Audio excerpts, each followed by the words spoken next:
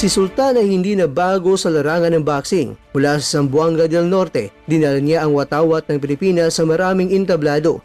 Mula sa mga laban sa Cebu hanggang sa Las Vegas, isa siyang ihemplo ng tiyaga, sakripisyo at determinasyon.